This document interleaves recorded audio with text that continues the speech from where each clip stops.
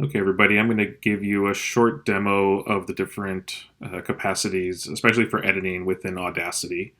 Um, I don't have all of the gear and equipment that I usually have, so apologies for uh, the lack of. So apologies for any.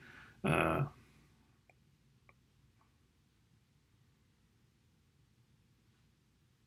so the quality may not be as good as it would be otherwise. First, I just want to give you a brief overview of the general interface. You have here your transport controls, which just means how you move on an audio piece. So here you have your basic controls, your pause, your play, your stop, your move to the front of the track, and move to the very end of the track, and this is the record button. You have some other basic controls here. Mostly what you will use here is the cursor tool.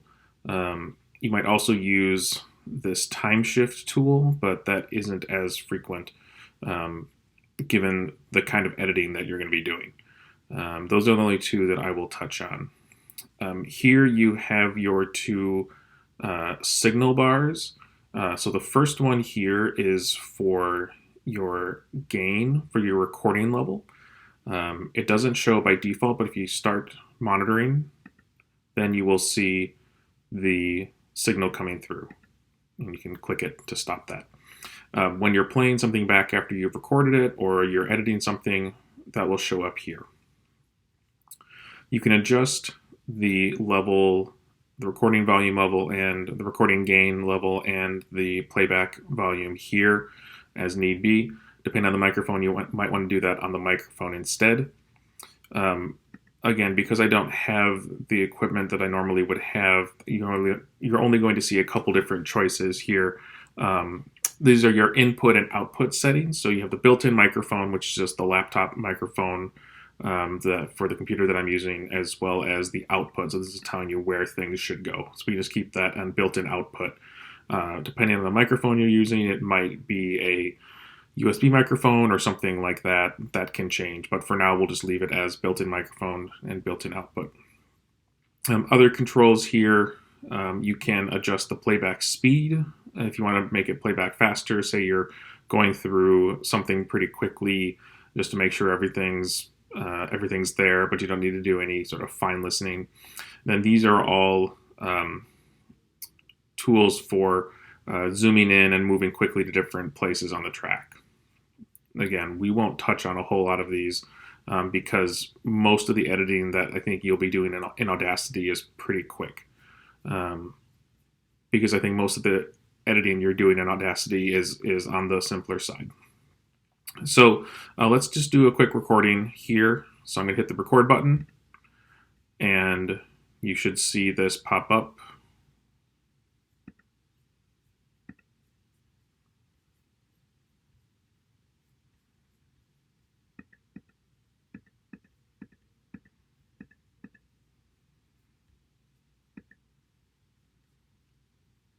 Okay, so I hit the report.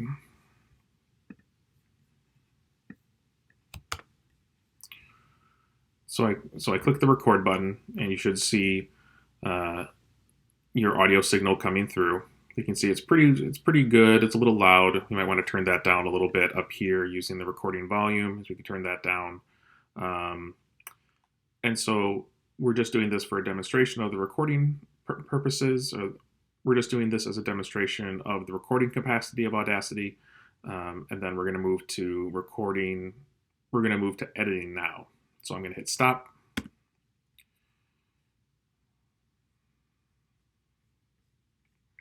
And then we can play back just by hitting the space bar or clicking play. Record button, and you should see your audio signal coming through.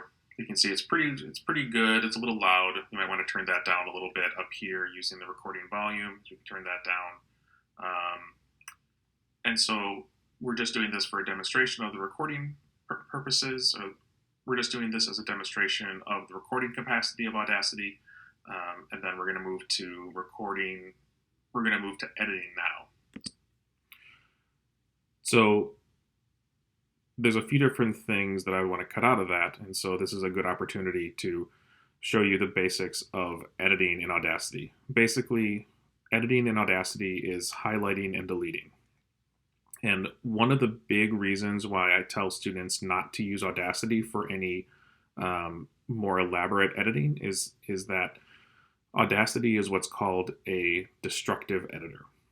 And so you are actually editing the file here, whereas in other programs you were just editing place markers and things like that. So what I mostly recommend people do with Audacity is just very simple edits. So they want to, just take out something at the beginning and the end of a recording, and then if they wanted to put that within a larger sort of multi-track setting, that's something that they can do in a program like GarageBand or Audition, which I'm going to show a little later on a different video. So let's say I want to get rid of the right here. Record button, and you should see your audio signal coming through. You can see it's pretty. All I need to do is highlight and hit the delete key, and it's gone. Button, and you should see your audio signal coming through. Now, that's pretty easy, but you can tell that there was a breath there. And so I'm just going to undo that. You should see your audio signal coming through. And so we need to be very careful if we're going to try to do this level of editing here, because we don't have the same kind of control in the same way as we do with other programs. And you should see your audio signal coming. So that fixed it. That's the basics of editing. It's a lot of copying, pasting, and deleting. And so let's say we wanted to move this over to the end. We could just cut that, move this playhead, which you could think of as the cursor for audio, here, and paste it, and then we've moved it around. Now, this is not the most intuitive, in my opinion, and you have to deal with those issues with the being really precise with this. Of the recording capacity of Audacity. So,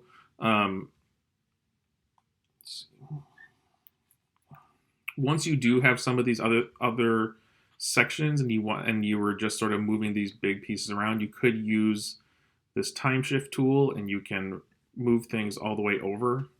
Let's zoom out a little bit. You can move things around like this.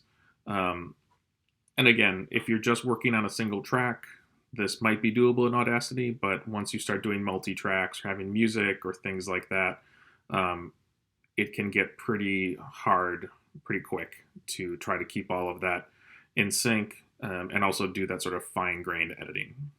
So the last thing I'll show you with this is exporting and saving.